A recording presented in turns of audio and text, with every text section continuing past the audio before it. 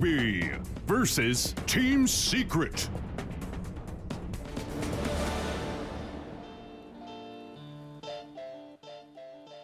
A very warm welcome back to Romania for live coverage of the Bucharest Major. One quarterfinal in the history books. Two more to complete today, and our final one, of course, tomorrow morning. Next up, we'll move on to the other Chinese team who remain in contention to become the first ever Chinese major winners. VTJ have already made their way through to the semi-finals, but they don't want to meet the other Chinese team. We already heard Fade say that, but they don't have any choice who they meet. Who do have a choice is our next two competitors, and it's Newbee versus Secret, one of the teams that have been fantastically dominant in the top three of the DPC, straight from the DPC all season long. We're back at our panel right now with Capitalist and with Jack.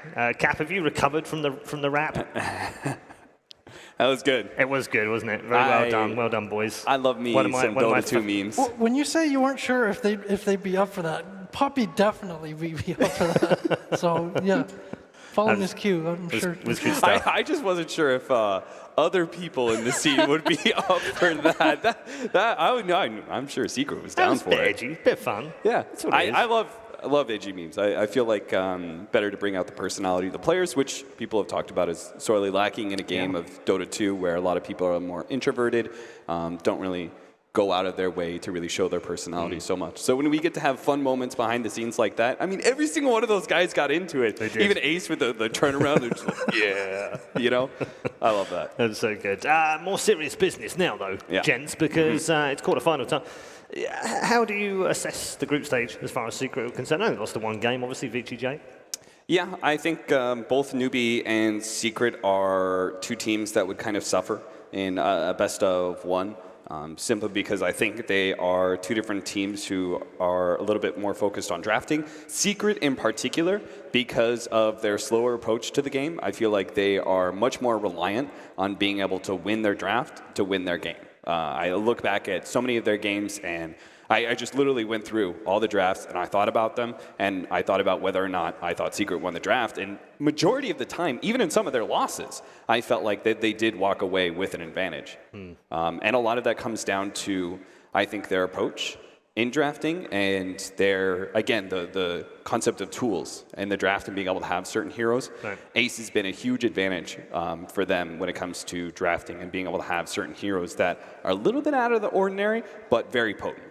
They've basically destroyed the Americas single-handedly during the group stages. Complexity, Pain, and Optic are the three victims that Secret took down.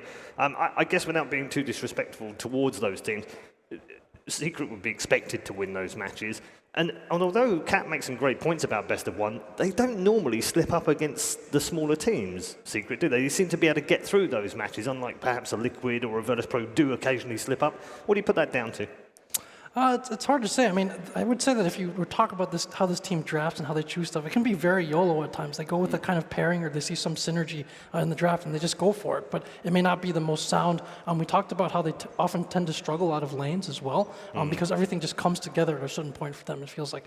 But right now in this patch, in this environment, if you struggle coming out of the laning phase, sometimes you can't recover. The game becomes very difficult. So yeah, it's been very difficult for some teams, that's for sure. We saw that in Newbee versus EG. I think both of these teams had a loss that in a best of three, they definitely would have had a much better chance. And Newbee had that one-off game against Evil Geniuses where they just got run over. And there was, in fact, they were actually, if you look at that game, I went back through it. It was like 13 minutes in, they were 3 towers down, and Evil Geniuses was only up by 1K net worth. It was one of those games where everything just collapsed very quickly, and all of a sudden you make a couple mistakes, and you're like, oh, the game's over. Yeah. You know, and sometimes that happens to you. Yeah, absolutely. Let's take a look at our featured matchup. We picked out two very experienced people in this particular matchup. It's not really a matchup head-to-head as such, but just two standout players for both teams. Puppy on one side and Kaka on the other side. How important is the experience that they have going to play into this particular matchup, Kat? Well, I think that a bit of advantage comes to the hero pool.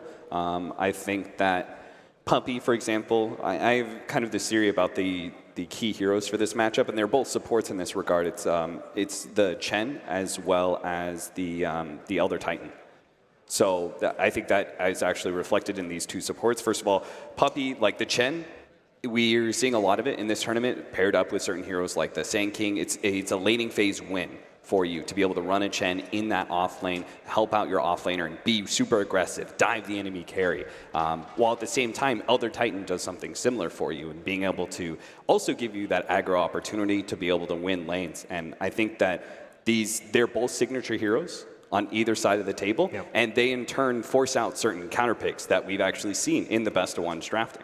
So it's almost the perfect couple of players to have in the game. Yeah, it is, because I think right now we've seen the Elder Titan, Secret have a response to that. They've actually figured out a way that they really like it. They run Ancient Apparition support. So they have this Ancient Apparition support tri-lane where they all get Chilling Touch, and they just beat down an Elder Titan.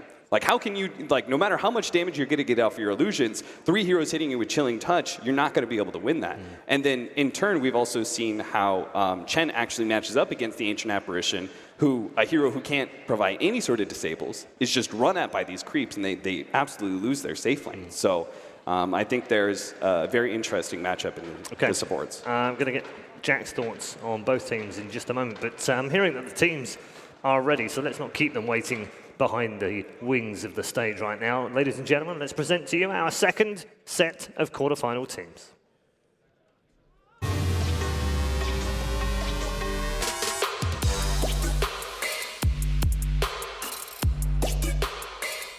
This team has decimated their opponents at the majors to become one of the world's finest, winners in Sweden and runners-up in Germany.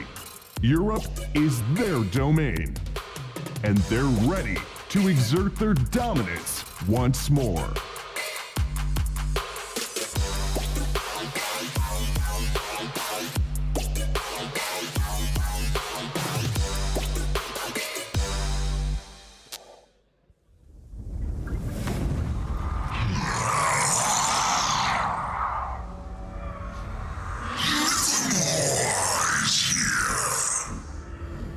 Welcome on stage, Team Secret.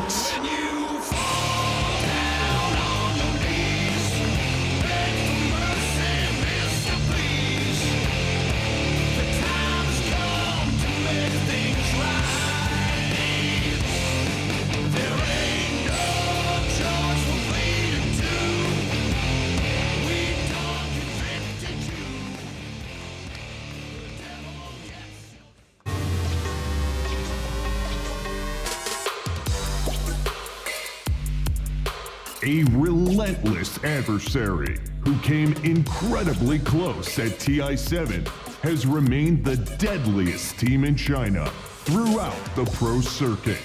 Searching for their first title outside of Asia, this team is fiercely ambitious and definitely means business.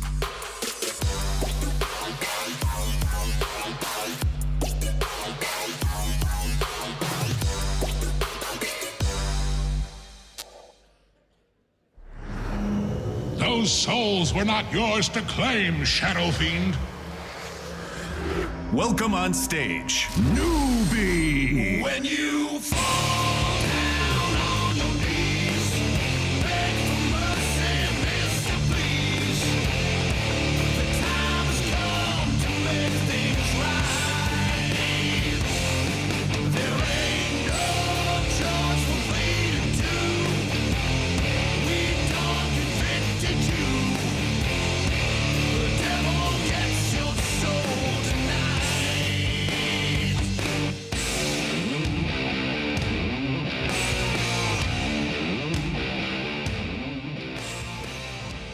Here we go then. Second in the DPC points goes up against fifth in the DPC.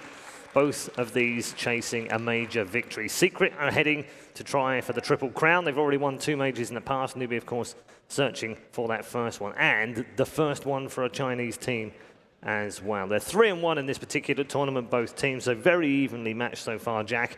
But what have you made of Newbee's group stage?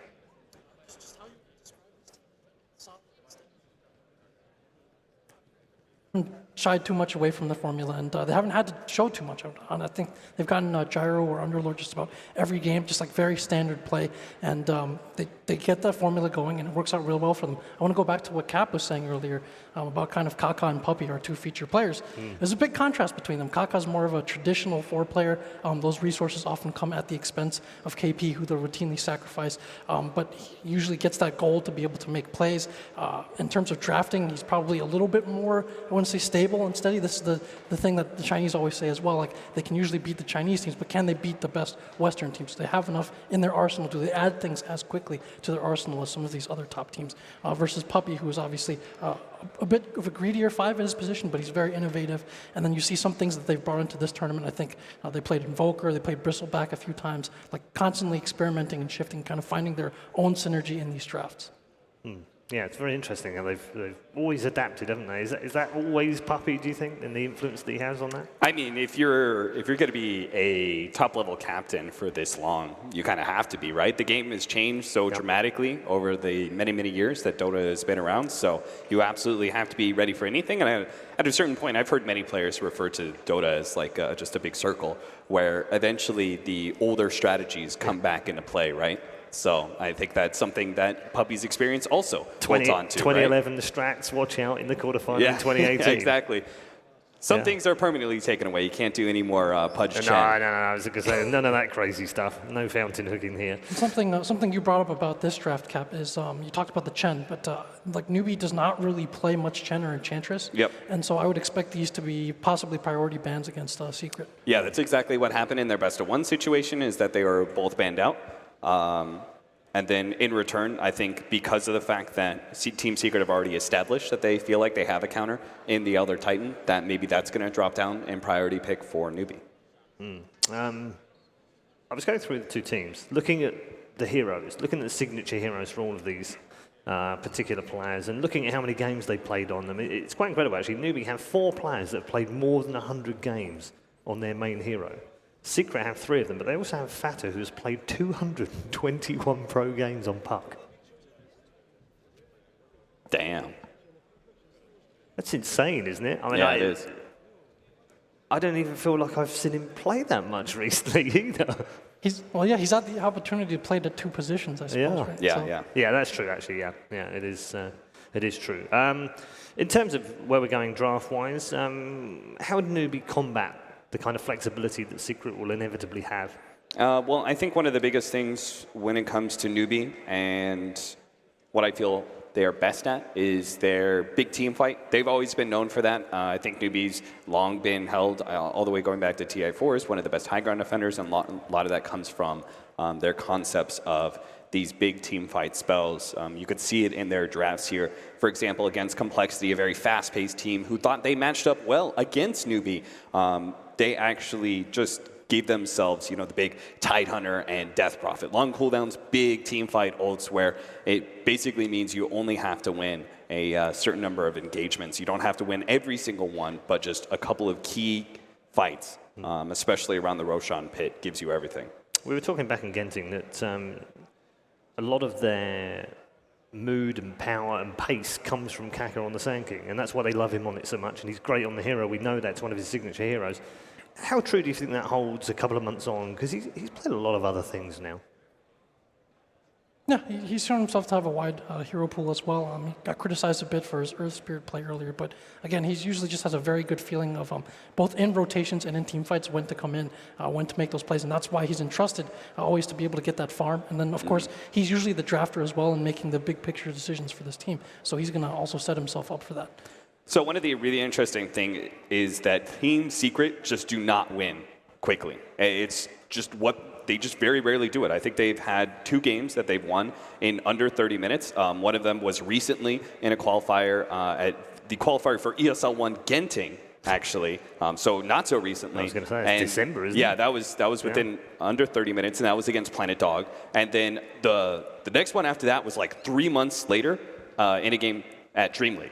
So this is a team that likes to be able to play slow. So Trent and I were going back and forth as to how Newbee are going to be able to match up against that. And Trent was pretty solidly on the fact that he thought Newbee couldn't play fast enough But I'm actually, I kind of disagreed with him simply because I thought that the way Newbee had been drafting, they've always been picking up at least one good pushing hero, whether it was like, I think maybe they had a Terrorblade, they definitely had a Death Prophet lineup. They're running Dragonite as well. So I think they can take the little bit of a pace to Team Secret. Pretty much every single team. I don't think there's a slower team out there than Team Secret now. So almost every single team needs to be able to push the tempo against them. Okay. And as far as Newbee are concerned, what are their strengths? What are they going to bring to this first game?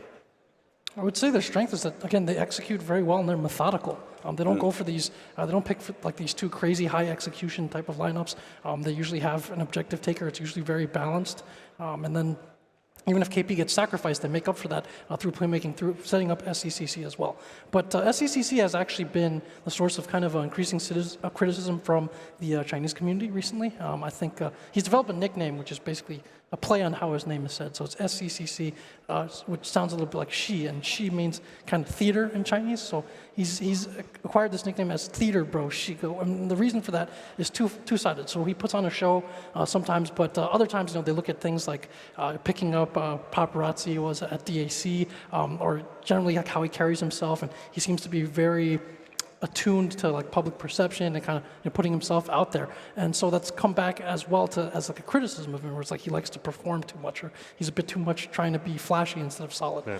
The other thing about his play style is that he is what I would call a harvester type of player.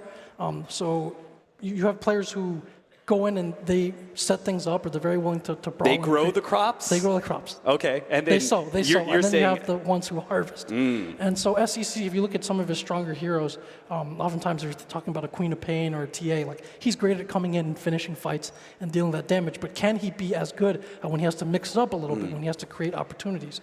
One way of kind of dealing with that problem is, what you've seen lately, is kind of putting him on more of these objective-taking heroes, where it's like very straightforward what he has to do in these fights, and he's like a frontliner as well, instead of trying to be like a crazy spellcasting playmaker, which is probably not his strength. I don't want to do any more farm analogies. So let's not do any more farm. All right, I'll try and stay away from farm analogies. Hold on, before we go on, yeah. He's being criticised for being flashy. Come on. Shut up, China. I like flashy. I want to see flashy. We want him to show off. He is a show-off kind of player. It's like saying to Samel, don't be too flashy. Like that Storm Spirit, don't go zipping around the map and being flashy. Not even necessarily just play. It's kind of just like, he's really... But he's playing to the crowd, Jack. He's playing to the crowd, surely. Yeah. Can't be mean about that, can we? I don't disagree with you. I'm not the... You're just a messenger. I get it. Yeah. So no more farm analogies. Okay, fine. No farm analogies. But I think this leads into an interesting conversation, which is always, how are you going to play? Are you going to play to your biggest strengths, or are you going to try and shore up your weaknesses? And I think that's shoring up your weaknesses is something that both Team Secret and Newbee have been trying to do. I think both of them have been trying to play a little bit faster as a result of kind of the meta right now, and how all these other teams are being very successful with faster paced lineups. If you look at Team Secret's recent lineups, even I would actually go back to a very failed experiment by Secret at ESL 1 Katowice, where their very last lineup against Team Liquid, they ran, just listen to these cores, Batrider, Visage, Vengeful Spirit. That is not a solo lineup whatsoever. They also had an Undying as a 4 position. I think it was a Puppy Undying. It was a Puppy Undying, yeah. You are seeing Team Secret try and pick up that pace. I feel like they've established a better tempo for that here at the Bucharest Major. I would point to their game against Paint Gaming, where it was their second attempt at this bristleback, but they paired it with the Wisp, and they established just really strong lanes. And I think that's one way that Secret can sort of still kind of be greedy. They can still run some tricore lineups, have all 3 of their heroes scale, or they can have longer cooldowns, or they can have one big hero that needs to be able to scale, like something that mid-one's playing, like an Invoker or something. They can do that as long as they establish a very credible laning phase where they can actually win 2 out of 3 of their lanes. Okay, Jack, I want to ask you about Newbee's group stage, and I want to ask you about their form since the start of the year. When they came to Genting, there were question marks over them. Are they part of this top 4? Are they part of the top 5? Are they considered tier 1, or are they 1.5? Are they 2? I think those were answered in Genting with a really thoroughly deserved victory, a brilliant performance against Team Liquid. But then they came to Katowice a week ago, and they looked poor in the group stages and went out early. Why the contrast between the two? And don't give me any New Year crap. That would seem like the easiest reason It would, wouldn't to it? give. But then that doesn't explain it because Vici got to the final a week ago. So I don't know. It just seemed too inconsistent at times. I don't know if that's true. Is it? Yeah, well, I mean, I'm sure the win over Liquid was like a monkey off their back type of situation. Last year, they got a lot of flack for always coming in second place, and I think they won a LAN. It was in Taipei as well before, and then that's always what they've been seen as like kind of their ceiling. Right. It's like this team just doesn't have maybe the highest ceiling as some of these elite teams when they're hitting their stride and just consistently good. But yeah, that's also an issue if teams begin to look at them more. Again, they've stayed together. This lineup wasn't very heralded when it was first put together last year, but now they're clearly a force to be reckoned with. Yeah, and in their group stage, listen to this. They played Vega, not in the tournament anymore. OG, not in the tournament anymore. Complexity, not in the tournament anymore. Those were the 3 wins that Newbee had, and they lost 1 game, which was to Evil Geniuses, who won all of them. So on that basis, are they lucky to be in the quarterfinals? As lucky as the format allows. Wise words, Jack. Wise words.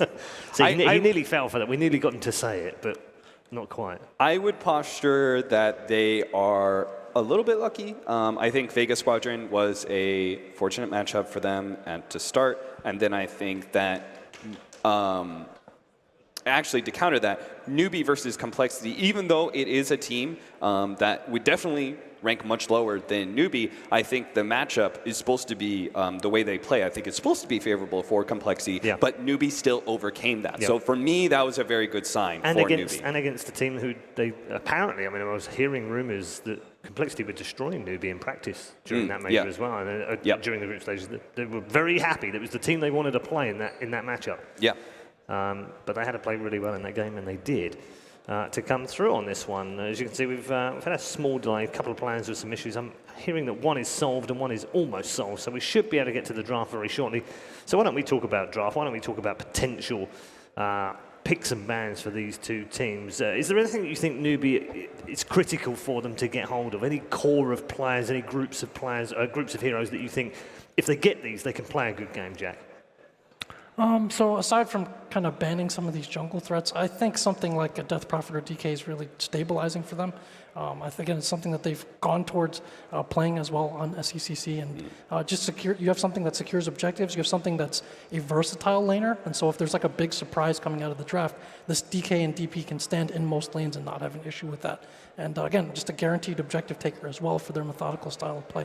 I think that's probably a good choice for them. And similar to the way that VGJ Thunder are going to be playing around Yang, you have a similar setup here for KP, where you have like Underlord and Tidehunter, these sort of like tanky frontliners that are going to operate as your they set up pushes really well in that you are a frontliner. They offer you a certain amount of sustain as well, and they're just in general pretty good team fight allies. There's going to be the Chen and probably Enchantress ban by Newbee. Newbee's turn to ban. And I would maybe think about the Wisp as well as an addition to that.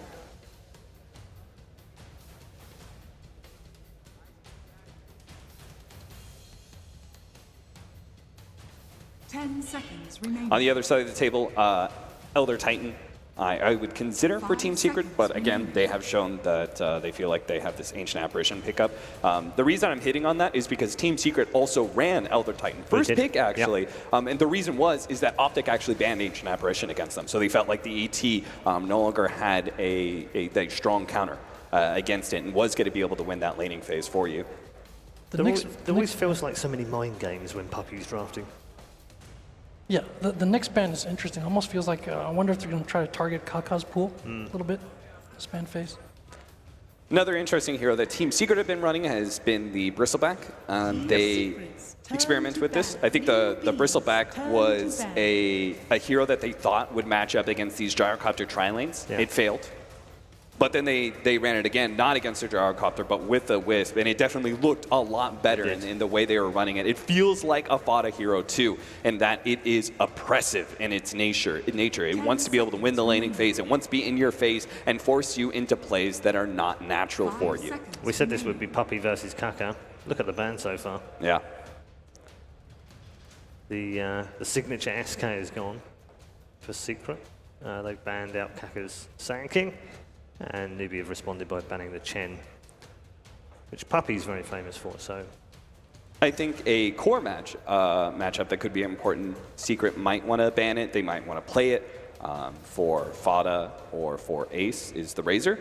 But the Razor also matches up pretty well against the Lone Druid, which is, I think, a hero that would work very well for Team Secret in being able to rat out this game against Newbee, because typically with so much team fight power that you have, you usually lack the heroes to be able to address split push. Longer cooldowns and such, you don't want to blow those for a single hero split pushing you out. Anomaly ban from Newbee. They're moving away a little bit. From 10 seconds. focusing on one area at least, but KP has been very effective with the Omni. And I would say that would make the Razor more Yep. important because Yep. the Omni's ban, which you have to take it out of the pool.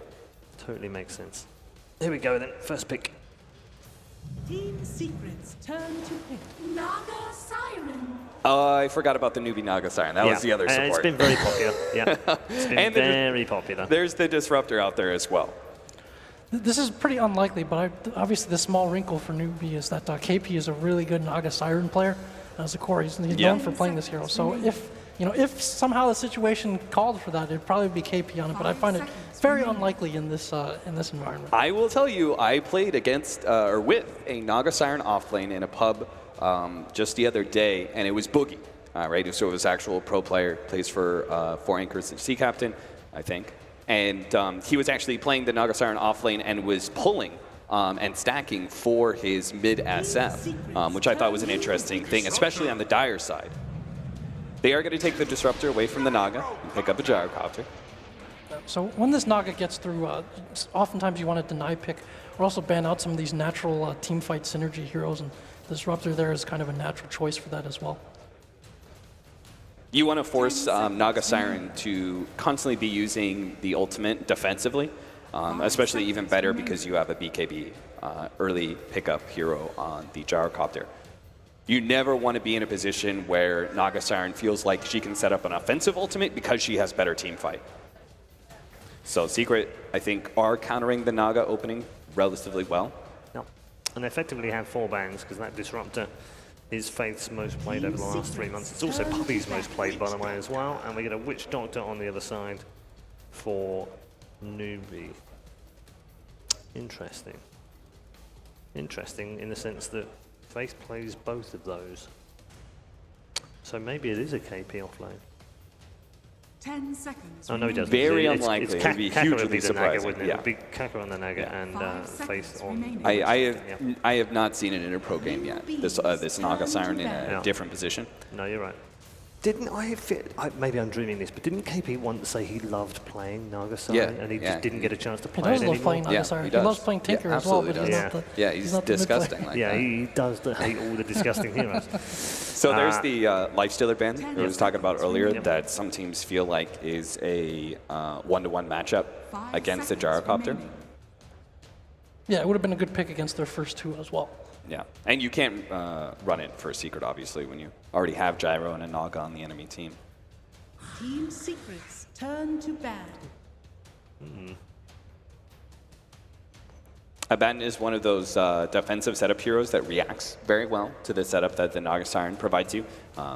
You can't really go on him at all. He's just got to pop his ultimate if necessary, and he protects someone else at the same time. And they don't have that protecting hero for a Gyrocopter yet. And previously on your screen is being be focused a little bit here. He's lost his Omni, he's now lost his Hammer as well. And he might lose his Tidehunter as well. Yeah, well, see, they're both like that as well. It's Fada's most played for the last 3 months, also KP's most played in the last 3 months. The Bat's gone as well, so the offlane's getting a whole load of abuse in terms of bans right now. And is this the tide, or do they want it themselves?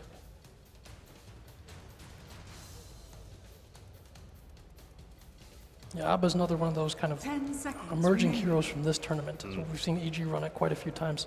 And also just someone that can kind of lane against this Naga Witch Doctor can be a very scary lane for a number of offlaners to run into, but he has a good way of keeping himself alive. With the amount of team fight that Team Secret are setting up for themselves, they do have an opportunity to go for a Furion if they would like to, and that it does provide that split push. It provides the opportunity to always keep Newbee dealing with the side lane push, and then you have the other 4 heroes who are good enough at team fight to be able to overcome what is a significant weakness of the Fury. He just doesn't provide anything in that regard. Remaining. So the time was banned, as we discussed. 5 seconds remaining. I feel like Underlord is one of the remaining offlaners here that is quite good, as well as the Brewmaster. I would expect Team Secret to maybe favor Brew. Okay, that's enough. That's probably a Yapzor shaker, isn't it? Yeah. He had one hell of a game He at did. Katowice. He did. That was a massive MVP game. Yeah. 10 seconds remaining. So where did Newbee go 5 next? seconds remaining.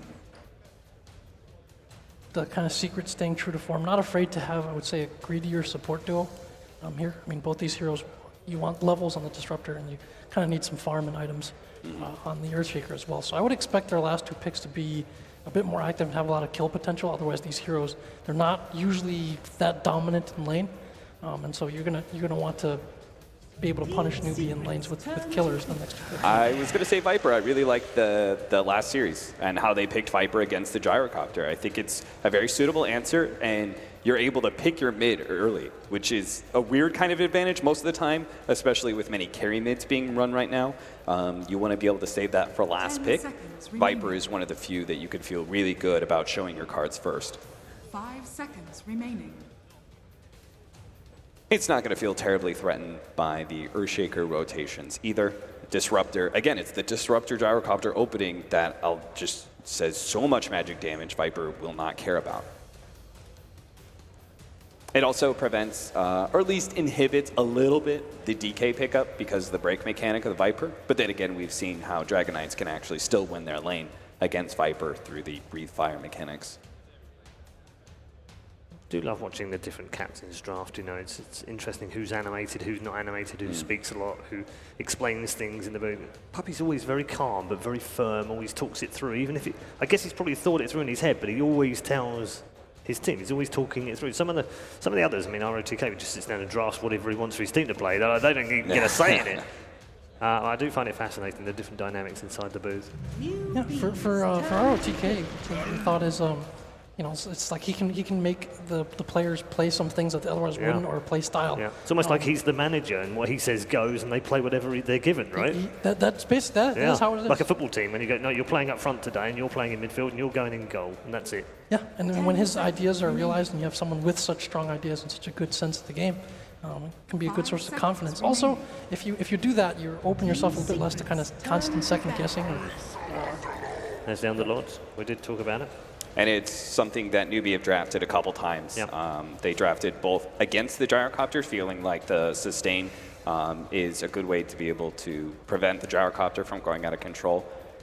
And then also they picked it with it in a different time. This is looking like a lineup that's just going to be super tanky, that's going to be hard for Team Secret to be able to have a whole lot of effectiveness with this Gyrocopter, but Team Secret are in a better position, I think, than maybe TNC was, because they've at least seen how that happened in the last series, and they have their last pick for their mid still to go.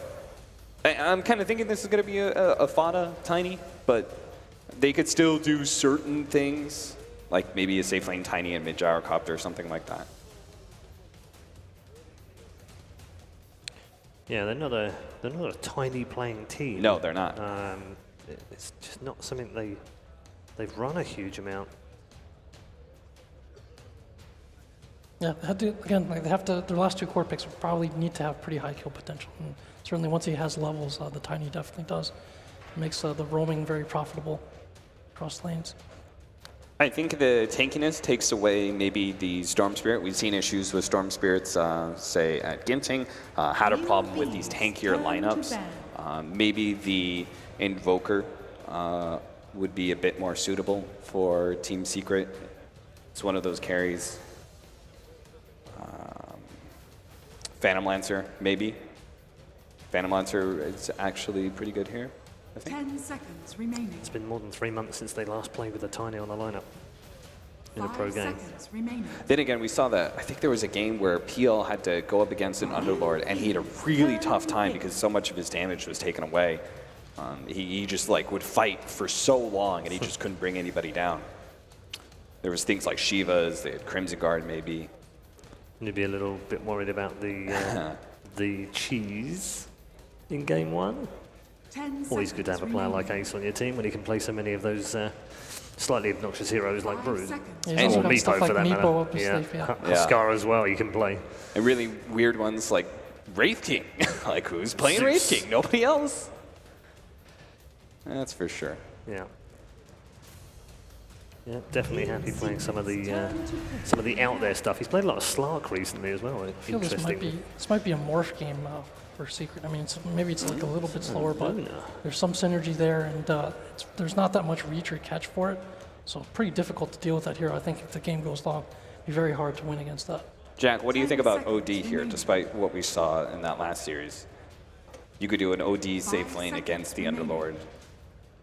Give yourself a different setup. Ooh. Or you could do a Phoenix. That's a Fada Phoenix. It is a Fada Phoenix. They did this at what? Genting, I think?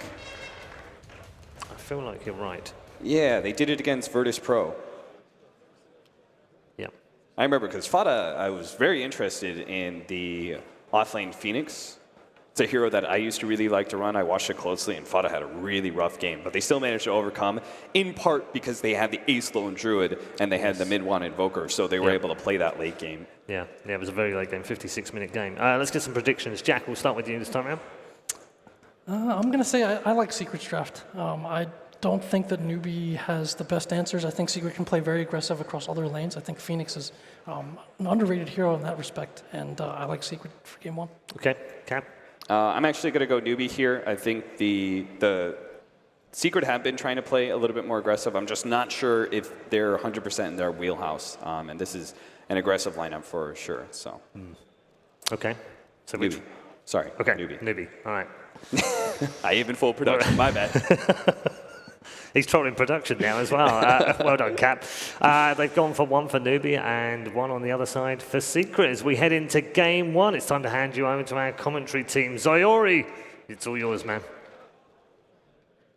Thank you very much, Paul. It is a pleasure to be here in game 1 of Secret Newbee. Starts now. Trent, we've got some interesting picks. How you feeling coming into game 1? I mean, this is what you want, right? Secret, Newbee, Titans right at the top of the DPC. Team still looking to prove themselves, though. One trying to get right to TI, and the other just trying to keep themselves in that big conversation of the very top teams. So let's get right into it. Absolutely. So Phoenix, one of the more surprising picks, as well as Luna. I believe this is the second Luna pick of the tournament. So things are changing now that we're in the playoffs. Yeah, very quickly, of course. But a little bit of speed. You know, these are definitely two of the slower teams. Like to play a more team fight-oriented game, heading to those later game objectives. Lots of Roche, lots of refresher shards popping around in every single one of their games. Absolutely, my friend. Some initial wards coming down. Dire going to get a little bit of vision in the mid lane. And so far, Radiant just have 1 ward down in their jungle as we move into a quick pause. Already trying to find a couple of those wards, but not quite right. But what do we got this time? So in terms of the drafts overall, we're dealing with that much faster pace than the typical Newbee Dota, looking much more like, of course, of the game we just had up on stage from VGJ Thunder as the Luna Viper. 2 early game focused cores, maybe try and get yourself a little bit of lead in the laning phase, run that down. The Phoenix, though, as you were mentioning, definitely not a hero we see all too often. When it used to be popular, it was set up a lot by something like Tidehunter or Faceless Void, because you have this like kind of almost like guaranteed sort of a stun idea, right? Something that's like big control, couple heroes, and then you want the follow-up with the egg. But someone else who likes to do the exact same thing is Disruptor.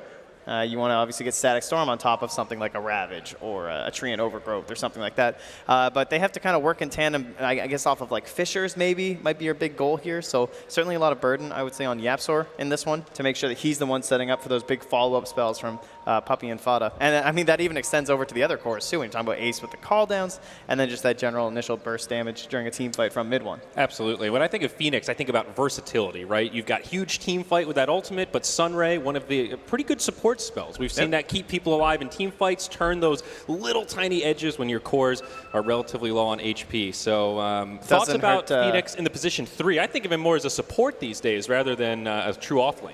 He's just a hero that's always struggled with the levels, though. So getting into the core role, it's always going to feel a lot nicer with the hero. And percent-based damage, of course, a rare thing. Underlord, he has it, but it tends to be pretty handy up against him as well. So it'll be a little bit of a battle there between those two heroes. Looks like a 2-1-2 going to be coming out of Newbee. Underlord starting in the off lane, and for now, Kaka going to be down there alongside. So looking to put some pressure on this gyrocopter nice and early. Secret, they could be gearing up for an aggro tri-lane. Looks like Earthshaker's back at the base, looking to block things off so they can get that lane control nice and early on. Yeah, Shaker, Disruptor, you're going to punish this. I mean, one's the Walking Fisher, and one is a hero that basically just spams Thunderstrike for the first couple minutes of the game. So Luna already good against that. Witch Doctor, nice as well. Very aggressive 2 heroes. They can handle, honestly, they can probably handle all 3 if they want to hang out up here.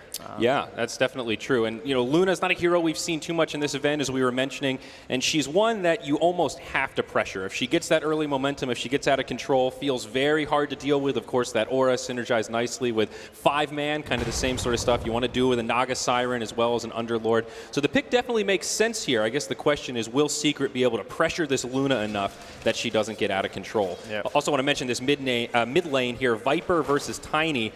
Thoughts about that? I imagine that should be pretty Viper favorite. Yeah, not a lot of fun, of course, but Tiny, he's got the damage, so mid one, he can do all kinds of shenanigans now with trees. Yeah, the hero's been nerfed a little bit, but it's Tiny. He can basically lane anywhere. I know, that's why the hero's still so strong right now. Yeah, but you saw the Fisher blocks as well up top from Yapzor. One of the benefits, like Clockwork has fallen out of favor, but that was one of the best parts about picking up the heroes to enable poor offlaners, and Phoenix definitely fits the bill there. Sure, survivable hero, but not necessarily the best at keeping that wave in a nice spot. Yeah, it's turned into a 2-on-2 now. Puppy on the Disruptor is rotated to the bottom lane to support Ace, kind of reading the lanes from Newbee. Yeah, Gyro's currently sitting at 0 CS. There we go. Snags one up there. But this is why Newbee, it's not just about the Naga Disruptor. You know, the dual lane pressures they apply with the hero has always been a real staple of why it's become so popular for them. Mm-hmm. Yeah, Naga and Underlord both very beefy in those early levels. We see Yapzor up to some shenanigans in the top lane, trying to mitigate this pull from Faith, or at the very least absorb some experience. Pump faking for the last hits. But nothing too out of the ordinary out of this laning phase here, Trent. Yeah, Faith, though. I mean, that long initiation range from Fada could be our easy way to set one up here. The Coconut bounces back and forth. He does hit Maledict on 2, but it's a nice block for the Fissure. Of course, the First Blood comes out elsewhere as we see this, but they will secure the kill onto Faith. The First Blood, however, was drawn by the Naga Siren in the bottom lane on the Gyrocopter, so Newbee find the better of that global exchange. Yeah, certainly almost inevitable, honestly, with just the Disruptor helping you out, Gyro having to play so aggressive, just get a couple last hits here. Still at 2-1 versus the 10-5 of the Underlord as the wave comes under his tower, and he can try and catch up a bit here. Underlord Naga is a pretty nasty duo, just the basic synergy of the Ensnare on top of the Firestorm. You get a lot more guaranteed damage on that Underlord than you might normally expect in those early levels, and you can see it in the CS chart. Underlord right up there alongside the Luna. Yeah, and they're just like playing in the wave. You know, they can just push it in with the Underlord, and then you know, 4 armor on Underlord, 10 armor currently on Naga. She passed the tower, but of course she's just at 7. But she's beefy. Double damage on Puppy might give Ace a little bit of breathing room in the lane here, as KP doesn't really want to go blow for blow with that. And looking at the mid lane, seems to be a pretty even spread. In fact, it's mid one with the advantage on the Tiny. What a hero. Yeah, what a hero indeed. Nerfed a little bit in that last patch, but doesn't really seem to be slowing down mid one all too much. Up top, a little more of an exchange. It is going to be a safe lane try from Newbee now as they rotate in. Fada could be the first to fall as he's forced to Icarus dive away. Yapzor trying to finish off Faith as he moves through the trees, but this Earthshaker now going to be the one in trouble. Lucent Beam bringing him low, looking for an escape path perhaps. He does have the TP, but he's going to get scouted out, and Snare will interrupt it. Meanwhile, in the bottom lane, the Underlord also going to go down. It's Ace that gets credit for that with the level 2 Rocket Barrage. Nice play there, just getting a little bit more aggressive with the Naga up top, trying to pressure that dual lane instead. So 2-2, pretty well even across the board on net worth as well. Yep, we're seeing that more commonly now. As soon as those supports show in another lane, it's likely the opposition will try to put that pressure on as soon as they know the Underlord is solo. So very good for Secret, and of course much needed recovery for Ace, not only getting the kill, but now having a little more space to farm the lane. We'll have to see how this game starts translating as well. Underlord, a hero that's certainly not known for moving around a whole lot. So Fada might be able to give that edge over to Secret. Yeah, a lot of action in the top lane. Kaka getting low, but they want to commit for this kill on Fada. The Maledict is on, and he will fall, but likely to be a 1-for-1. Yapzor gets the return kill, 3-3. Still a very even laning stage. No one can seem to get an edge here. just trading back and forth over and over. I guess you could say at least, you know, Mugi's just last hitting, but at the same time, mid one not only getting the advantage in the mid, but moving in some of those jungle camps as well. Yeah, maybe not too surprising though, Trent. When you talk about coming to a matchup of Secret versus Newbee, it's one of these regional matchups that you don't really get to see except for on LAN, but this one, I feel like both these teams are very evenly matched from a basic skill perspective. Yeah, they play the game pretty similar. I think at the start of the tournament, you'd have to favor Secret, but, well, Fada, he's not favored in that well, 3v1. Naga Siren, pretty good against the Phoenix in that scenario. Icarus Dive not going to be able to save you, and Phoenix, very low armor. When you're stuck in place like that, you definitely go down quick. Good little bit of punishment there. But kind of as you mentioned, I guess Fada not overly concerned about farm. Really, it's the experience that the Phoenix is after in these early levels. Yeah, just him and YapzOr. You know, you need some way to try and enable YapzOr, and in this case, it's basically sandbagging in some ways, but... Down bottom, glimpse onto KP. The dubious duo of Ace and Puppey have a lot of damage. A nice block from YapzOr, and it'll be a 3v1 in the bottom lane to find another kill for Team Secret. Now squared up again for a piece. Yeah, it was close. I was getting worried with one team having an edge. Yeah, this mid lane's still going well for the Tiny. He's kind of transitioned into a little bit of a jungler now, but in terms of overall CS and just looking at the farm, actually Viper has a small net worth edge, but still great stuff for the Tiny as Fada once again initiated on. He'll have the Shrine. That's going to counter most of the effects of the Maledict, and I think he'll be able to survive through this without too much trouble, but the pressure is real for this off-lane Phoenix. Yeah, just struggling to get to level 6, but once he does have it, there's a decent setup just from YapzOr. You know, he might be able to Fisher and then dive in and set up an egg that's difficult for them to grab. If mid one's nearby, I can just throw in an avalanche. So they definitely have a lot of that protective AoE that you look for when you have the Phoenix egg. So although it's not going to be that big like wombo combo stuff you look for, it's going to be much more like kind of scrappy Phoenix egg fights. Yeah. Be interesting to see if they can manage to get any damage on top of it. You are working with two very close heroes in terms of like the Naga and the Underlord might struggle to get some damage on there, but Viper and the Witch Doctor tagging away with Luna somewhere in the middle. Yeah, it's kind of interesting how this laning phase has ended up for Secret. The Tiny's rotated into the jungle, stacking and farming pretty well, sharing that experience with Disruptor, and now Fada's taken over the mid lane. Absolutely fantastic for Newbee as Luna is now in free farm heaven up top and #1 on net worth by a nice little bump. And I think for Mugi, this is what he wants out of the laning phase, just working on those early items. Yeah, they're even going to bring a few heroes up top here just to, you know, someone's probably going to show and defend this tower, so SCCC wouldn't mind grabbing himself a free kill. YapzOr sees that too, though. He is wandering the long way around, does not want to take any risks here. Uh-oh, that's a level 6 Viper. Puppey could find himself in a sticky situation, just staying out of vision. Very close call, but he will make it into the tree line, and Newbee don't have eyes. Secret posturing like they want to mount a defense here. YapzOr is already here, and the Tiny is now rotated. Puppey's going to show, and he's going to get caught by the Eclipse. Mugi finds a freebie up top. Secret will now show to try to repel, but they do lose one already. If they can hold, though, Fada is getting some levels mid. Ace is ready to rotate. He has that call down, so they can't be too over-aggressive here from Newbee. And this isn't exactly their strong suit. Not something that here, like the players of Newbee are really used to doing and performing, so have to see if they make any mistakes. Yeah, early rotation from the Viper, and it looks like they'll take heed to your advice here, Mr. Trent Pax, and they will back up without taking undue risk. Still a lot of pressure on the tower. Down bottom, KP up to a pull to try to get a little bit of lane control back, though Ace, he sees it. He might try to contest. The call down will connect, and now the follow-up. Huge damage from the Rocket Barrage, even though the Firestorm is ticking him down. KP running low on options. Kaka on the way in. Bounty Rune picked up, but it will be the end of him. Kaka looking for a counter kill, and Snare will connect. Faith now rotating in, has a Maledict, a cast, but Kaka needs to be careful. Rocket Barrage doing so much damage here. Ace picks up the Bounty Rune himself and might be able to find it. No, it's so close, but 20 HP, the Naga survives. See, when you play Naga every game, you perfectly get the limits of the hero, and Kaka's in there. No concern. Yeah, I mean, in those early levels, you think of Naga as a really tanky hero because she has a decent amount of HP and so much armor, but of course the magic damage from the Rocket Barrage just cuts right through it. Easy raindrop. No worries. Okay, so 5-6. It looks like Newbee are the ones taking the advantage out of this laning phase, especially with that gyrocopter taking a tumble. Luna feeling pretty comfortable in her current position. This is sort of reminiscent of the last Luna game we saw just moments ago, Trent. Yeah, we got auras on auras being thought about here. Mugi considering the helm, and SCCC, I mean, he's already got the headdress, so I don't know if he wants to go for the hood and do a pipe or something like that, but Newbee have a game plan. You know, they came in and when you look at these two teams on paper, they're late game. You know, that's their thing. So maybe Newbee were like, okay, maybe we don't have to go full early aggression like insane, but if we can get that edge, we know they're a little bit slower. Yeah, Helm of the Dominator seems like a very well-suited item for Luna in the current meta, right? Get her some extra survivability. There are a lot of things you can do with that creep, stacking in the jungle, and also just the diversity of having stuns and slows and purges and whatever else you can grab from your current creep at hand. Down bottom, Newbee looking for some aggressive action, but not going to find it as YapzOr TP's out just in the nick of time. Yep, counter push up top, though, as they force Mugi just into the jungle. So pretty typical. These games.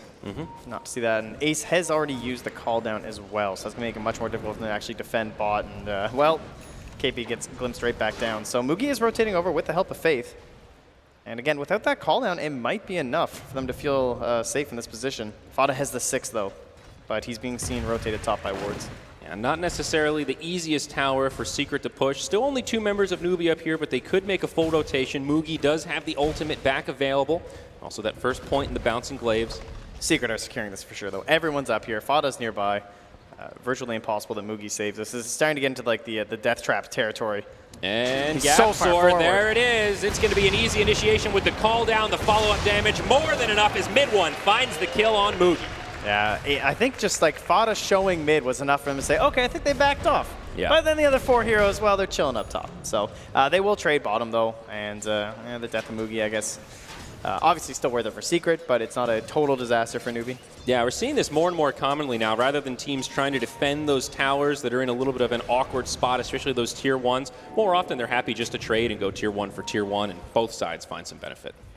Yeah, and it looks like Mugi's settling in on the Mask of Madness, so heavy aggression, and then that frees SCCC up for that help. Mid lane, glimpse onto Kaka, but follow-up won't be there, and now SCCC comes in. Puppey will TP home, and Secret are forced to disengage, but no death on either side.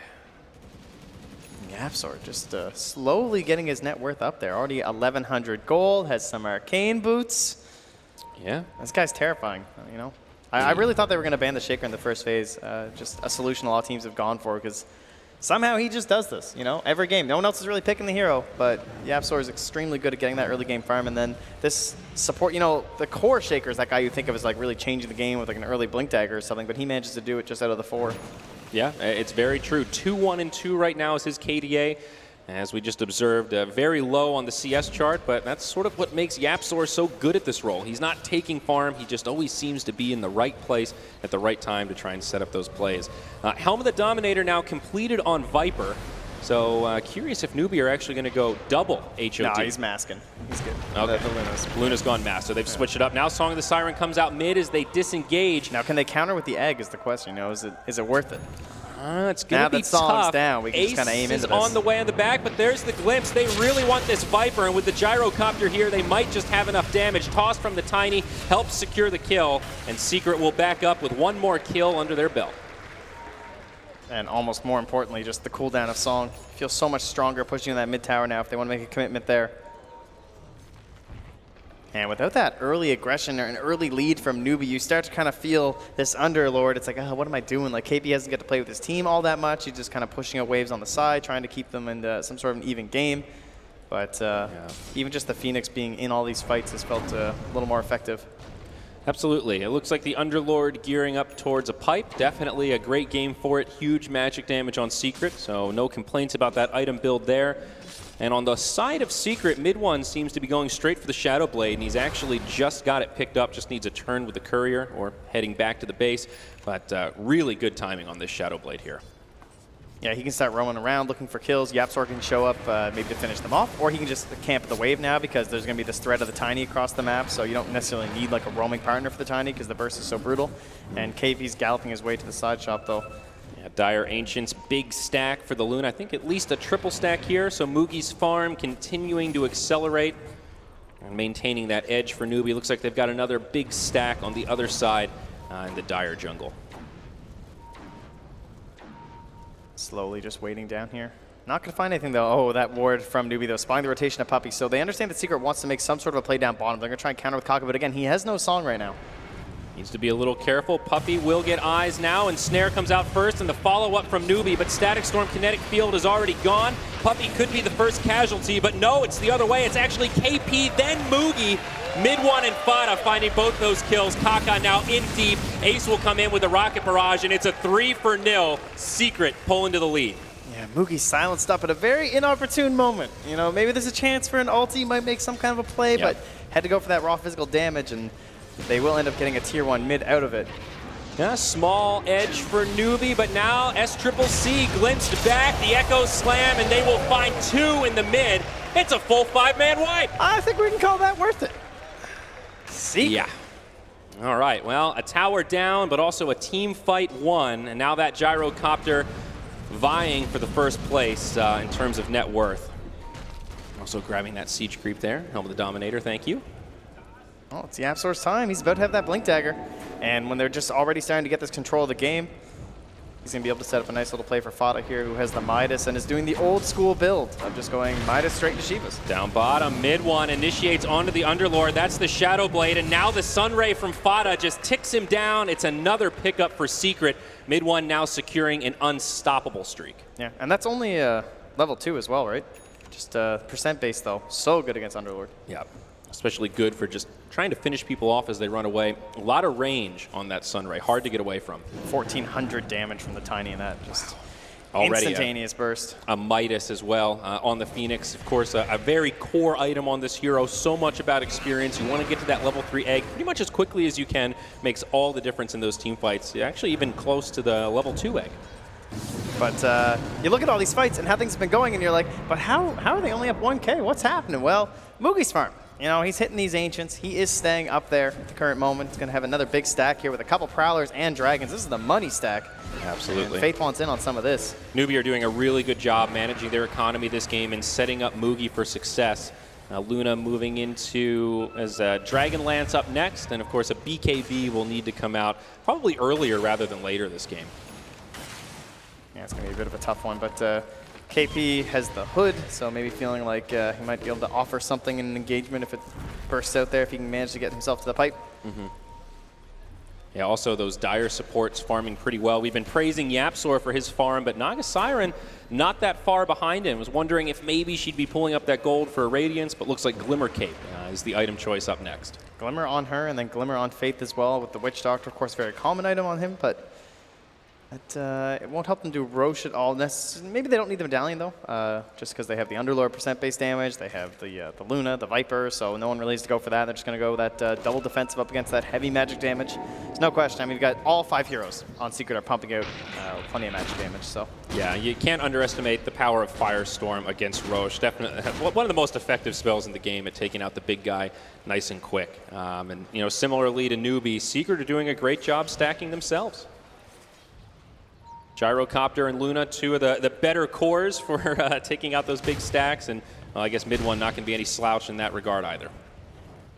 I'd like to see him get another kill, though. Let's rock and roll here. He's looking up towards that Silver Edge. Current moment, though, of course, you know what's helpful up against magic heroes will be Corrosive Skin, that magic resistance. Why don't we just get rid of that? That's very true. Pop him instantaneously.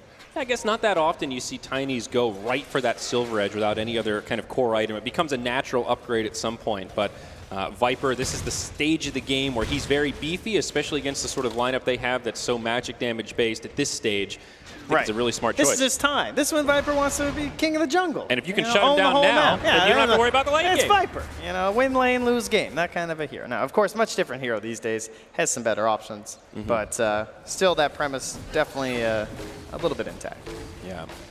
So there it is, ready to go. Yeah, this mid-game is really quite a downtrend, but as you look at that gold graph, it is all Secret all day. Of course, they did pick up that team fight, but the last few minutes haven't really had that many kills, and they are just finding a lot more efficiency around the map. Yeah, when you get a Midas Phoenix, you have a very greedy 4, I would say, in the Shaker too. Like, you're fine. You can chill out, and you can see YapzOr as well going for that Aether Limbs. We've seen this plenty of times up against Naga Siren, just increasing the range of your Fisher to ensure that you're going to be effective during the song, canceling out TPs if it's defensive, or canceling out combinations if it's an offensive attempt onto your own teammates. Now here we go. Smoke rotation now from Secret, not scouted out by Newbee. They may get caught unaware. Mid one with the Shadow Blade will lead the charge, and it's now a Silver Edge. They're going to go right for the Viper. The follow-up is there, but the Naga Siren does break things up. She's got the Song of the Siren. Can they set this up? KP with the Pit of Malice, but a huge dunk from Yapzor connects on 3. The Eclipse turns, and it's actually Mid one that falls second, and then Ace third. It's a 1 for 3. Make it 4 as Newbee clean up Secret. Well, they got the Viper. That's true. I thought Yapzor had to cancel the song. He was so close. But somehow, just in time, they pull it off, and that's Newbee in a nutshell. You saw it with its complexity. It's like the whole game, you're like, oh, they're losing. Oh, this doesn't look good. And then you wait for KP to come on with that Tide Hunter. Now it's Kaka in this game with the Song of the Siren. Just almost into level 12 as well, so we're going to lose another 40 seconds off that cooldown. And that's where every fight, you're just so worried about that happening to you. And straight into the Roche pit at 20 minutes. He will fall. Aegis of the Immortal ends up in the hands of Mugi's Luna. No surprise there with a BKB queued up next. We've got a replay to take a look at. Mid one looked like a great initiation from Secret, but look at the positioning of the Naga just on the other side of the tree line. Very hard to find. Hits too. Yapzor had the right idea, but just half a second too late. The Underlord with a beautiful Pit of Malice. It looked like a great dunk from Yapzor to break up the fight, but since Mugi already had the Eclipse ready, it just destroyed the Earthshaker the other way. Yep. Not caught out with the silence this time. There's Spada's face like, I just want to play some Phoenix Dota here, but they will get a return kill. His faith does go down here. It helps. It's a little pick-me-up for mid one, but still Newbee maintaining this lead. Also Pipe now out on the Underlord, so everyone on Newbee going to be just a little more survivable against this magical burst in the following team fights. Yule's Scepter up next for the KP Underlord. Trying to cancel out any plays from Fada. See him diving in. Can also like precast it on the Shaker as well. A couple different nice options for it. Save yourself inside the Static Storm. Very nice choice. As well as movement speed's always okay. But Kaka does have that Glimmer Cape roaming on in here. They do dust mid one. The smoke gets broken, thinking maybe the Shadow Blade is closer. Now the turn the other way. Puppey with a Static Storm kinetic field. They want Kaka. But the Phoenix caught from the Icarus dive, interrupted by the Luna. He gets off the egg. They have to defend it. And now they are going to do that indeed. The combo will finish off the Aegis. Viper gets glimpsed back into the fight, and it looks like Secret might be able to take this. The taxi service gets queued up. KP trying to make the retreat, but he'll cancel it. Newbee think they can take this. Mid one's going to be the next to fall as Faith channels a huge backlord on the back line. Fada will survive as a nice fissure from Yapzor comes out. 1 for 1. It's a relatively even exchange as both sides only lose their mid, but a lot of cooldowns used. Man, I thought that was going to go way worse for Newbee. They looked perfect. They defended the egg. It went off. Everyone was stunned. They started looking like they were going to bail out, but they, of course, did get the Aegis, so that does make it more difficult for Newbee to press any sort of an advantage at the current moment. And we still have the Echo Slam, too, as you can see Yapzor posturing here as his teammates return for the defense. Scouted out by Kaka on the back, though, with that illusion. And that's going to give the vision for Puppey. Which means it might not be a glimpse chase. Will Secret pursue Sunray as well as the homing missile chasing out, but it seems Newbee are not going to press their luck, and they will just make the retreat and head back to friendly territory. That's such a great play by Kaka, though. Wrapping with the illusion, making sure Puppey can't pull one back, can't force you to engage, because right now they do not want to fight necessarily in that moment. But are they actually going to back up? It could be a fake back from Newbee. They go back in onto Ace. The gyrocopter completely isolated. Eclipse flying through. Maledict will probably find this kill, and the Underlord ensures it with the Pit of Malice. Nicely done. Just as they pull back, the song comes back up, and they say, hey, we can try something. If it doesn't go well, we'll sing. We'll get out of here, but we might get ourselves a free pick, and back towards the tower we go. But once more, we still have mid one. There's sneaky initiations as well as the Echo Slam from Yapzor. Definitely still options for Secret. Also, that Static Storm ready to rock. Sentry Ward comes down for Newbee, so they can't get wrapped on by mid one. He'll have to be very careful here. If the Tiny gets caught, this could be disastrous. KP in the front lines on that tanky Underlord, but is he tanky enough? He gets broken. Big damage comes his way, and it's mid one that finds the kill. Static Storm deployed, but well worth it as they do defend this tower. Actually, they'll be able to sneak themselves away, though. Even with a couple wards down here, they didn't have the glimpse ready in time. Now 23 minutes in, Trent, a pretty even game. The gold lead, less than 1,000 for now in Newbee's favor. That'll be a gem picked up by the Witch Doctor, so it seems they do want to maintain map control and try to limit some of Secret's vision now. Definitely feels like it's going to be the BKBs that are the next thing to come out in this game and kind of change the pace. We have the 10-second left on Mugi. We have one being constructed on Ace currently. And he's almost there as well, so maybe both teams want to relax a little bit before that's up. Fata with the Shiva's guard would be okay with pressing a little bit forward, though.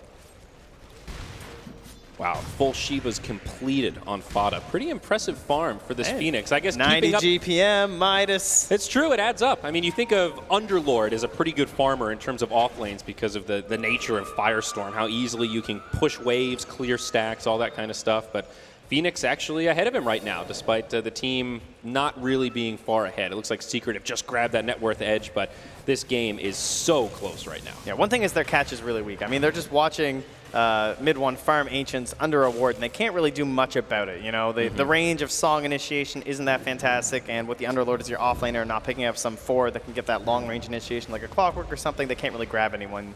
They definitely have those options on Secret. If you catch someone a little bit out like that with the Shaker or the Disruptor, even the Phoenix or the Tiny. So this 5-man Dota from Newbee, it's very effective against the heroes on Secret, and what else is, you know, this is kind of Newbee's Dota, so they're pretty happy to play like this. This is kind of the Chinese Dota in general, you know? Yeah, the BKB is also now picked up by Gyro, so not too much magic immunity, but both sides have it on their position 1 cores, so both sides may be a little bit more eager to take a fight right now. It'll be Secret that choose to smoke with Ace, mid 1, and Puppy. They'll rotate through the mid as Yapsor looks to initiate, but won't quite find it.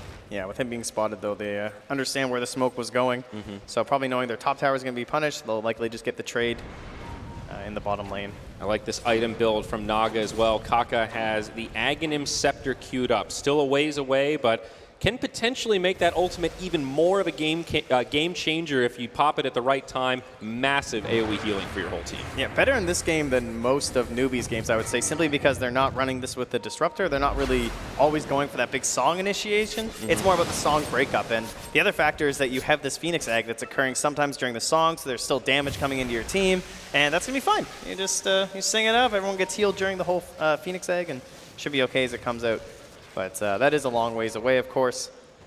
Yep. Now Viper working on the BKB and pretty darn close himself. Actually just picked up the recipe.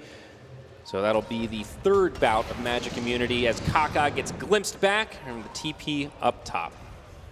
It's okay.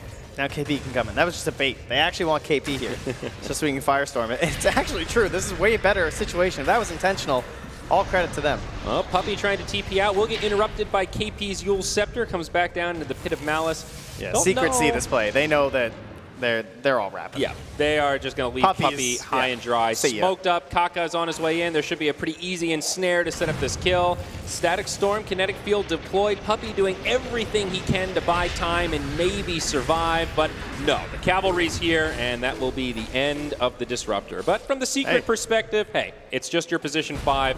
Better than losing more. And not too shabby. Butterfly up next for Luna. She's got the Eagle Song and farming very quickly. She's going to have it in just another minute, Trent. Well, I can tell you, Ace, he's going to call Jinx because he wants one too. So they can both be irritated at missing their right clicks. All right, definitely a game where MKB will get a little bit more priority in the item list as the tier 2 up top gets pushed in by Newbee. Right now, Secret not really moving like they want to mount a defense. Not moving as fast as Newbee either. I mean, from that whole top, they kind of knew exactly what they were doing. They had that vision inside the dire jungle. You knew where Newbee was going, and Secret just say, I don't think we can do anything about this, guys. They have the song. We don't have Disruptor. Like, we got to give this up. And this is that part of the map you really want the good vision over for the Roche fit. Kaka got to find Yapsor. Stops any chance of a blink there with the Riptide. Beautifully done. It's a good use to initiate the Song of the Siren to interrupt the TP. They really want this kill on Yapsor, and they will find it. Costs them a cooldown, but hey, it's a level 2 Song of the Siren, so a little bit shorter. But they get a little unlucky because that Roche spawn's going to be back up before the song is. So there's a chance that could have an impact. Yapsor will be here in time, though. Okay. All right. A very tight timing window to hit, but definitely some possibilities there, Trent, no doubt. Got to be a little bit more cautious about spending both the net and the Lucent Beam next time, it seems. So there is the Butterfly on Luna, and Gyrocopters actually isn't that far away either. He's going to clear out another set of Ancients. Still has some farming to do, but just a few more minutes, and this Gyro will have some movement speed and evasion for himself. Yeah, mid one has really been leapfrog, though. You know, you go for that early Silver Edge, and you don't get a lot of kills, and then it's just like, uh-oh, like, what do we do now? I mean, overall, he's got great. I mean, 10-2-1, sure. But in terms of creating that threat across the map with the Silver Edge, he certainly hasn't accelerated the same way as like a lot of farming items would have. But likely part of the plan is they try and elevate Ace and both Fada up to kind of that same level. Very balanced trio here. Yeah, Tiny moving into the Sanj and Yasha next. Not an item you always see on Tiny. I think some players sort of regard SNY or Shadow Blade is the ultimate choice, but here mid one just going for a little more of a right-click based Tiny. Will scale very nicely, but in the interim doesn't really help his burst damage. For now, he's just relegated to pushing out some waves, and Newbee continue their always 5-man. Roche has been spotted. 25 more seconds till the song is up, but with current posturing, no way Secret getting advantage there. KP goes for the setup onto Gyrocopter, and it'll just push him back. No real follow-up there, but Yule's into Pit of Malice. Definitely a nice combo to start off a fight. Puppy with that Force Staff also keeping Ace nice and safe. Roshan, maybe the idea for Newbee here. They're just going to head right into the pit. Secret obviously have the option to contest, but they're right on top of a ward right now. Even if they smoke and start making the movement, Newbee will know exactly when they're coming and how fast. Yeah, they're not quite fast enough here, so it's a little bit awkward for KP and Kaka, but there we go. They don't get there in time. All right, Moogie the one to grab the Aegis, and Cheese now secured by the Viper, as of course that was Roche number 2 at the 30-minute mark. 17-14, still a very small lead for Newbee. Feels like they're in the driver's seat of this game, but Secret are hanging in there and still farming very nicely. It's one fight. It's really nothing, honestly. Like, when you look at these heroes, Shaker, Phoenix, even just Tiny Disruptor, you know, there's tons of damage, tons of control that you can put on a big AoE, so one little flub by Newbee, and they can easily be down like 4 or 5K. Yeah, but it could also go the other way. This Luna's already big here, Trent. If they take a team fight, this could even be Barracks. They're going to go high ground now. Mid one on the front lines. He's the one to get initiated on. He's taking huge damage, and the backup line from Secret can't get there. It's mid one down. He does not have a buyback. BKB now used by Moogie as he just lays into the tower, forces out the glyph. Newbee have to be happy with that. He's popped his BKB before the Aegis, though. Very aggressive stance, but maybe a chance for him to capitalize. But with no Static Storm, can be difficult. Pressure really on Yapzor and Fada on this one. And Moogie now sieging from the low ground, trying to play this safe, knowing there's no magic immunity. They can't even win low down. Doing pretty good damage, but Glimmer Cape is there, and if Moogie throws away the Aegis for this tier 3 tower, that'll open up shrines, and I think Newbee will still regard that as a win. Another 25 seconds until this Tiny comes back up. The tier 3 falls, and Newbee want more. They say, these are barracks open. We've got 20 seconds. Let's do this, boys. Not one Glimmer Cape, but 2 Glimmer Capes. How can you kill this Luna? Yeah, the aura on the Luna making this siege so much easier. They will commit for the barracks. Moogie still with the Aegis in tow. No, the blink got canceled. He biffs the stun. Oh, the illusion. No. They're going to lose the Aegis, but they will get Yapzor in exchange. Newbee are in such a great spot all of a sudden. Oh, my, Trent. Oh, we're going to have to see who canceled that, but all the credit. Small glimpse onto Moogie. Not going to do a hell of a lot. They can't get too, don't go too crazy right now. Yeah, you have lost the Aegis. This is Newbee's wheelhouse, though, Trent. They are so good at these kind of fake back scenarios. Secret are so nervous to leave their base right now, and Newbee know this. With a 4v5, they're assuming there's no buyback on this Earthshaker, and even if he was, there's no Echo. The Glimmer Capes coming in handy so much here. Yeah, but the wave, it's still in the mid lane. If they can just clear with that mid, there's still no creeps top. Oh, Secret pull one back, but Fada still has pipe. Or sorry, KP still has his pipe to activate here, so not so much of an issue. Yeah. All right, so with that, Newbee do finally retreat, perhaps grabbing the shrine on the way. Yeah, they sure will. And now we see a pretty sizable lead, definitely the biggest lead we've seen this game. So here we go, here's the replay. What was it that stopped that Blink Dagger from Yapzor? Great question. It sure is. So earlier part of the fight, it's kind of a slow siege from Newbee. They do it quite well. Oh, it's just the glaive. That one glaive. That one glaive. Oh my, that's so heartbreaking. Oh, that is brutal. That would have been such a setup that they probably could have followed up with. That was calculated by Moogie. Let's be honest here. Obviously, he knew that Shaker would become visible at that exact moment. So. Well, some big items picked up following that fight. Moogie now with a full Satanic, so much more sustainability there. And on the other side, there is an MKB on the Gyrocopter. So now Ace doing a lot more damage. It will open up some possibilities. He's got a DD too. And Moogie going to pop the BKB before the stun connects, and maybe they can turn this the other way. There is an Eclipse available, but will he use it here? Yapzor showing off that Shadow Amulet. S-Triple-C on they the have high ground. Actually goes in onto the Tiny. Ace forced to pop his BKB as he presses forward, but on the backside, this Tiny's been isolated, and Newbee are going to bring him down. The Golem with the additional stun to make it all the easier. Zapsor will TP out as he makes it to the tree line, and the rest of Secret do complete the Exodus. Man, KP's Yule Scepter is coming handy so many times. Just there again, cancel the TP, make sure there's no free getaway there. It's the setup. So now Newbee grouped up as 5 in the bottom lane. They're going to take out this last outer tower. It is this tier 2, already pretty low on HP. And we might see another high ground siege, possibly thinking if Tiny's got the buyback, let's force it. If he doesn't, we're going high ground. They haven't found that big play. No giant egg, no big Shivas across 5 heroes. I mean, there's a Veil here too with the Earthshaker. There's still that chance they wipe them all, but you've lost so much already at this point. They need several fights to get back into this one. Crimson Guard delivered as well. The reason why we see this Underlord up against the Gyro so much. And the Naga Siren, Aghanim Scepter. Look at the positioning from Kaka, staying so far back, and Secret know this. KP, the target of choice. Kaka does not want to use the ultimate for this. They're going to Glimmer Cape him. He'll heal back up, and KP is actually going to be just fine. Okay, that means there's no disengage in that sense, so they're just going to get out. Oh, don't leave Moogie. Uh-oh. There's... Okay, that was close. The glimpse, not going to bring him back. Wow, I definitely thought Moogie's about to get grabbed. Yeah. All right, easy. So 17-17. Oh, he popped his BKB. That would explain it. The Magic immunity, quite good good against item, Glimpse. I hear. So anyhow, Newbee's still relatively happy with that, though.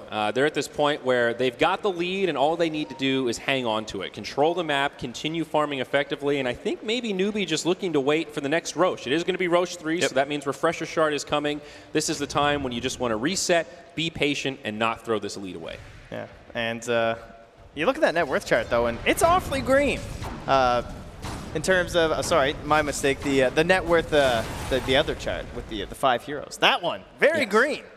There's a lot of secret heroes up there. Absolutely. It's Moogie, but then it's a lot of secret heroes. Yeah, the Gyrocopter is still farming very well, and the Phoenix is farming impressively well. I mean, Fada has now overtaken the Tiny. I guess Mid One has been the victim of a couple of these gank attempts, but he's even picked up Akaya now to try to do a little bit of extra damage when those big team fights do break out. Aghanim Scepter going to be coming up next on the Phoenix. A huge reset tool if he can grab it.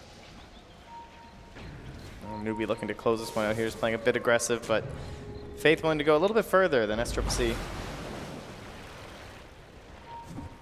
Probably not going to find much with this smoke rotation. How far off of Roche are we, Trent? Pretty far. So we'll see what the timer looks like in about a minute and a half.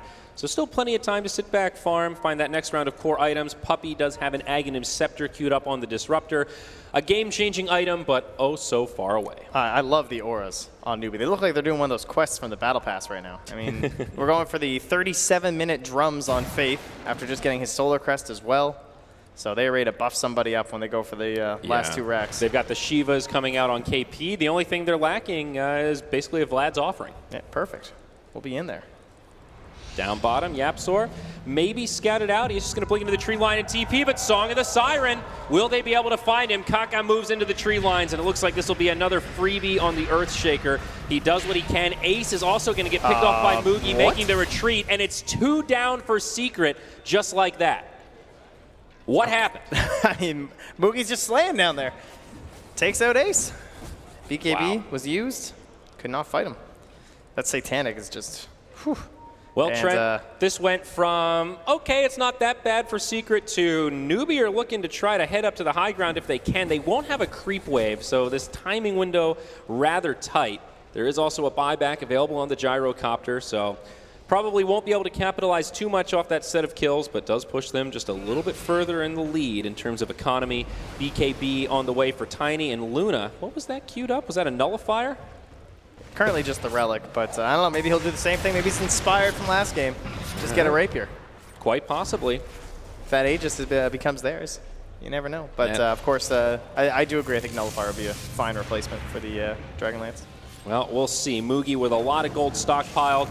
He will have pick of the litter. So Gyrocopter down for 10. Definitely does not want to buy back here. They will be forced to glyph earlier than planned. KP gets broken. Big burst damage coming his way. Static Storm, Kinetic Field. But Yule Scepter goes off, and now Song of the Siren. Just watch the heal. There's that Aghanims from Kaka, and KP right back to full HP. Moogie jumps in. BKB, Eclipse, Puppey falls.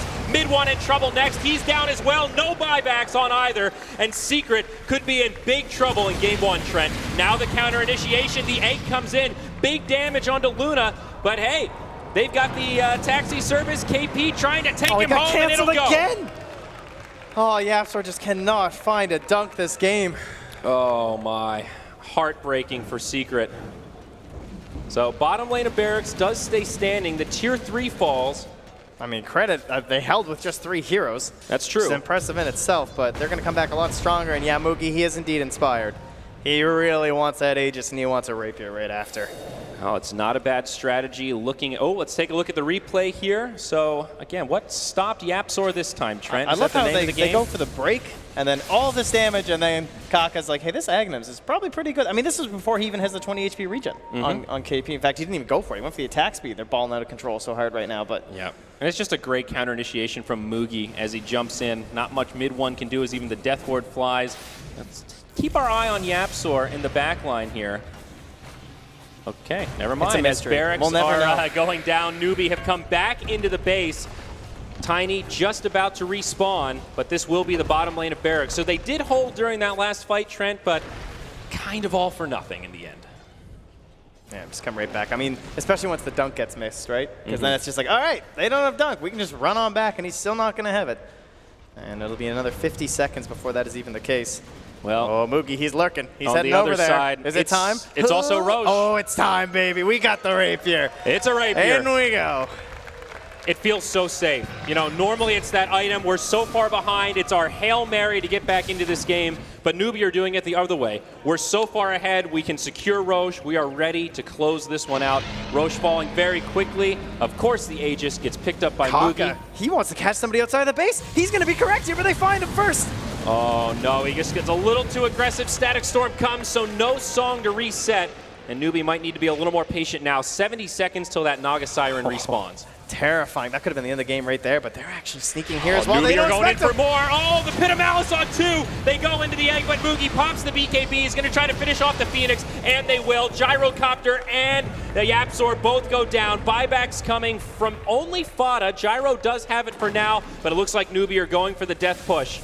They won't have YapzOr. He has the ultimate, but no buyback in the grave for 45 seconds. Newbee just want to end this. The Rapier Luna destroys the tier 4 so quickly as now the throne is exposed. This could be the final fight. Can Secret make this hold? They kill Faith first, but an instant buyback as Moogie just stays focused on the throne. Remember, if they kill him once, he's coming back to life. Ace goes down again. It's a dieback for him. KP channels the ultimate, but it's Newbee's game all day.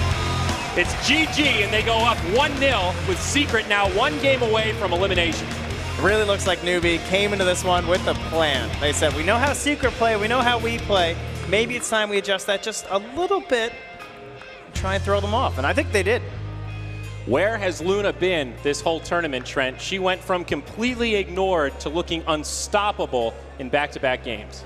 I mean, she's supposed to be the poor man's Gyro, isn't that right? You know, Gyro's banned, Gyro's picked. I guess we're stuck with Luna. She seems all right. She seems all right, especially when you execute like that.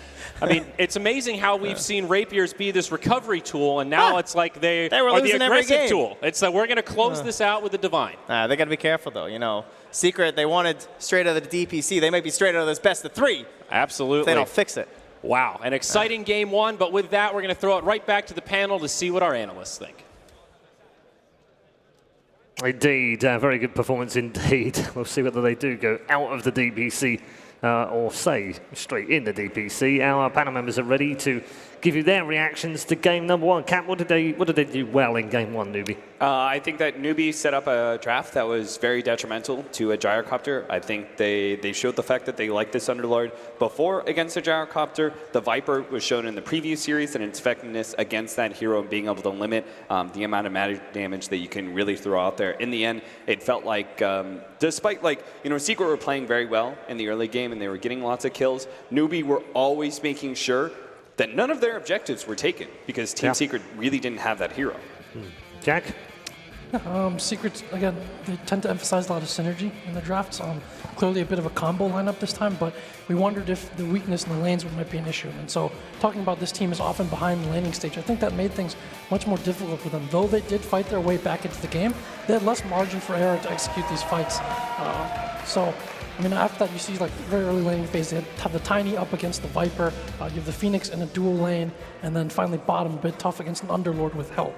So that lane phase, I think just they didn't manage to snowball and get those combos at crucial times, because you want to get to a point where when you end a fight with a combo, you win it decisively and you can take objectives afterwards, and never really reached that point. Yeah, absolutely. We just saw a fight earlier where they put everything they had into a Viper, but at the same time, hey, guess what? Underlord's pushing your tier 2 bottom lane. They have the top lane pushed in at the same time.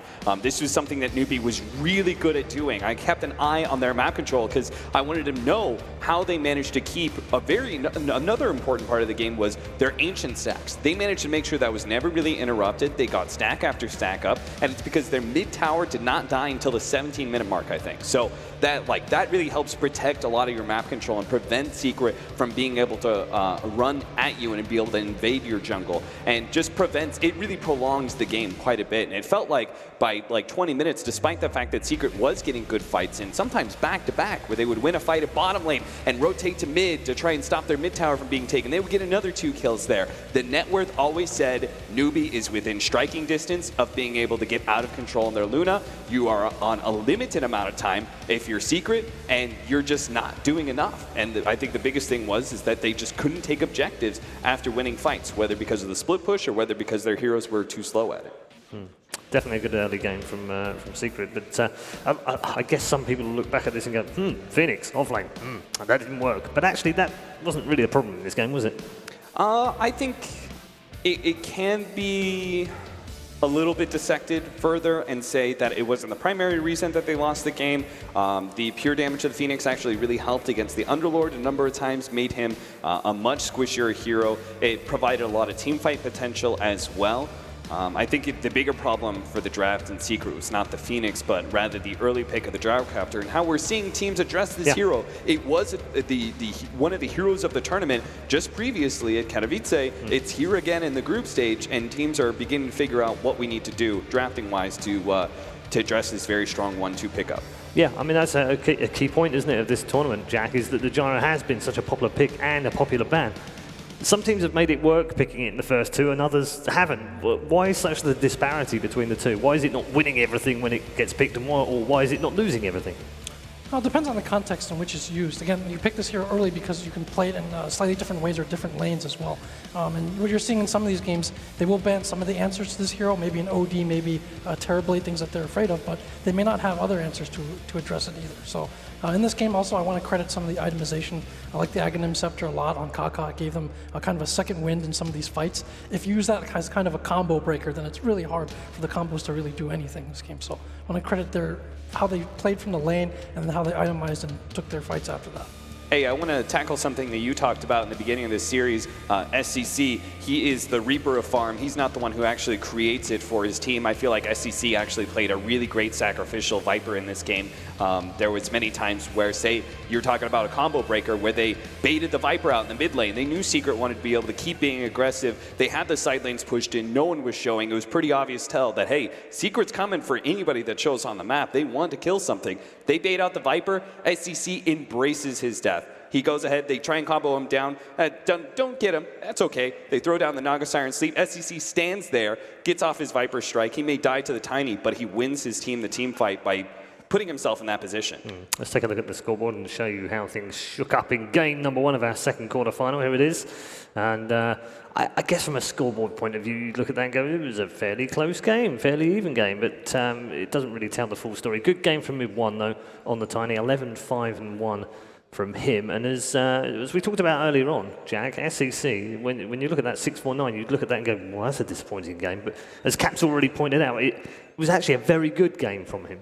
Yeah, gotta credit him. And didn't do anything flashy, Jack. You must be happy. You gotta look at how the team's been using him lately. You know, these DKs, these Vipers, these Death Prophets, they've clearly wanted his role to change a little bit within this team, and you can see he adapted to that and did his job pretty well this game. Yeah.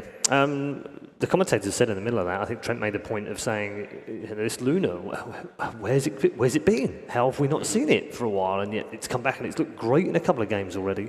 I was thinking about this in the last series. I feel like it is an interesting matchup 1-to-1 against the Gyrocopter because they fulfill similar roles, right? They both have a mass attack right click in the Bouncing Glaives or the Flat Cannon. They both have really big team fight ultimates in the Eclipse, and then Gyrocopter just lays down a lot, both with Rocket Barrage and others. So I think they are very similar in that regard. And Luna's timings are slower, but she hits that mid to late game a whole lot harder and hits some of those team fights even harder too, with the Eclipse being pretty critical and just being able to burst down certain heroes. So I actually like the concept that teams are running with it right now. I think that it is definitely a valid core that has been overlooked in the past. We're going to take a look at the Telecom MVP, but who was your MVP, Jack? Was it Moogie? I think Kaka played really well this game. I want to give him a lot of credit as well. Again, being in the right spot to disrupt fights, the roaming early on, picking his spots, being in the right lanes to kind of apply a lot of pressure to Secret and slow down them reaching that combo phase of their lineup.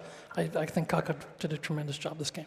Kaka as well as KP is another one that I would point to that I think played pretty well. Their impact in the game is a little bit more ephemeral in the regards that they're not going to be the ones dishing out a lot of damage, but what they did is slow down a lot of the aggression of Team Secret. KP with his split pushing, always willing to sacrifice himself to pull Secret back onto their own side of the map rather than be aggressive and invade into the dire jungle. And then Kaka obviously playing behind some of these heroes and getting one of the most beautiful sleep counter initiations that we've seen at the tournament. I don't know what to say about this. You're both praising a Naga player. Just not sure this is right. This is not real. Anyway, we're going to go to a break right now. And when we come back, we'll certainly be a lot happier because Game 2 is just around the corner. Can Newbee make it the second consecutive Chinese team into the semi-finals, or have Team Secret got something up their sleeves? We'll find out very shortly.